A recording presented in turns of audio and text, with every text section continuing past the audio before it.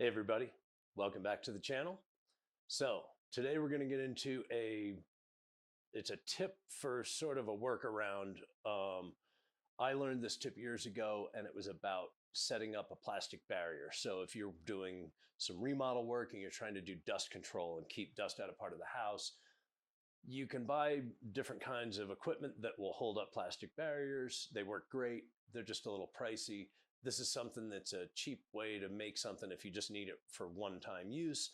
And I've also used this idea for a number of different applications where I found it kind of handy, especially if you're doing work by yourself and you're trying to hold some other stuff up or get an extra set of hands.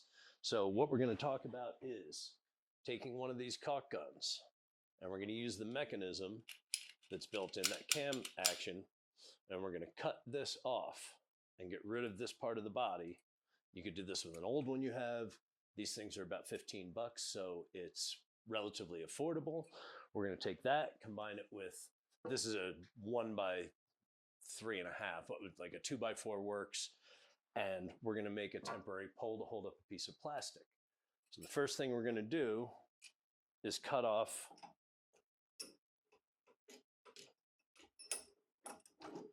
these guys.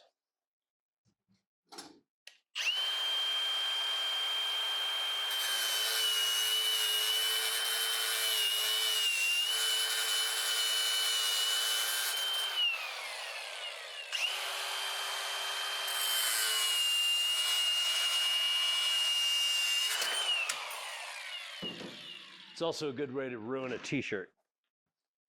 So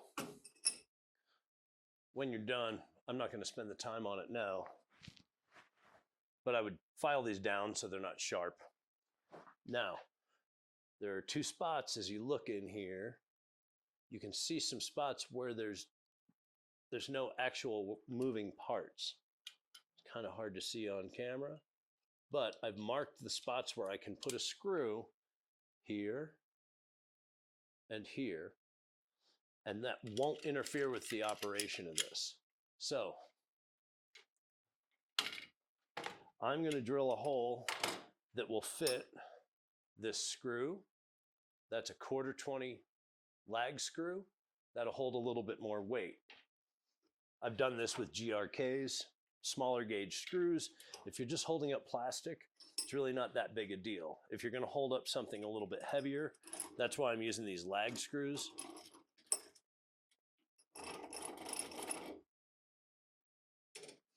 So let's see if this drill bit will drill.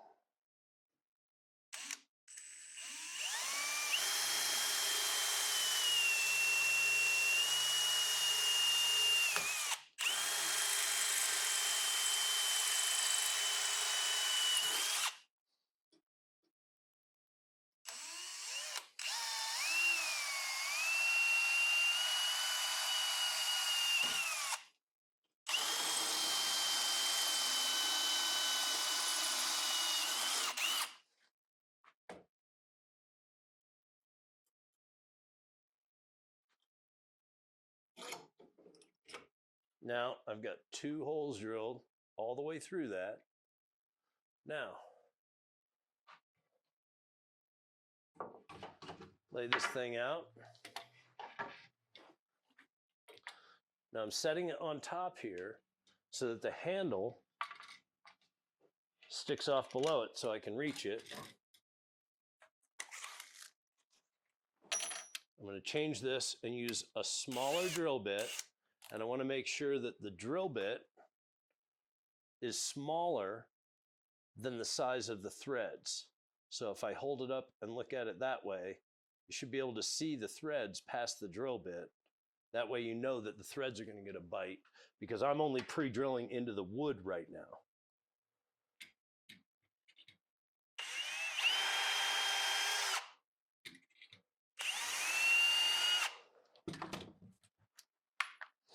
First, throw the screw on the floor. Gives your knees a little workout.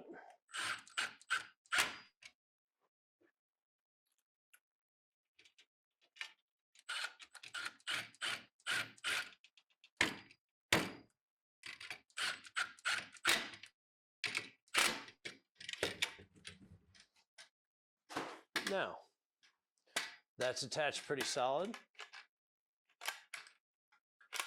It's a little sticky because I tightened it a little bit too much. But take one of these guys, little furniture glide, piece of felt, sticky backed. These are a little bit big, so you might trim them down. But you can take that, stick it right on the end. Now you have a padded end. On the other end, I'll take a rag, fold it over the end, take some, you could staple this, you could use some duct tape. Just trying to keep this on the end so that it doesn't mar any drywall or anything you're putting this up against. So put some tape on there, make a little pad on here. Now, if I want to put up a tarp, I've cut this so it's a little bit shorter. I'm doing it from the counter up just so I can show you. Take the plastic, hook it over the top, push it up against the ceiling. Now you have plastic down here.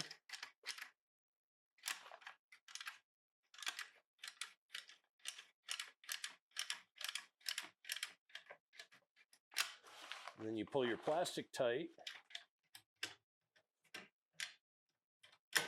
And now you have a support for your plastic barrier.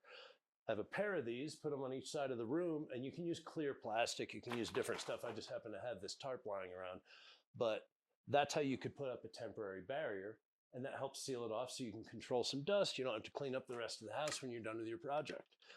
If you need this thing to be a different size, you simply cut it down. Put a shorter 2x4 on here, and that brings me to my next point. I've used these in the past where I make a short version of it. It's about a foot long. Got a little base made of plywood. And I'll take this one already has the pad on it. Take this, and if I'm setting upper cabinets in a kitchen, if you have your countertop in first, you can get this guy out, set it up there. And now you can help support the cabinets while you're working on them. You can use a pair of these. That's why I use the heavier screws in the other one, because this one has GRKs in it. They're just kind of small gauge, so you don't want it to break. These aren't really made for heavy overhead lifting, so don't go crazy with them. But if you're smart with it, you can use a pair of these. They can hold up one cabinet box. You can get it in position, fine tune it while you screw it to the wall. And it's another set of hands. If you're working by yourself, it can make a big difference. So that's kind of a quick tip for today. It's something that's come in handy quite a bit for me. And I hope you can take this and maybe, use this idea for something else. That's kind of what I want to do with the channel, is show people how to think of using one thing in a different way that helps make something easier. And it's thinking outside the box a little bit. And hopefully this helps people solve some problems in their own life. So hope you can keep watching. Love to have you join us again. And don't forget to like and subscribe. And hope to have you here next time. Take care.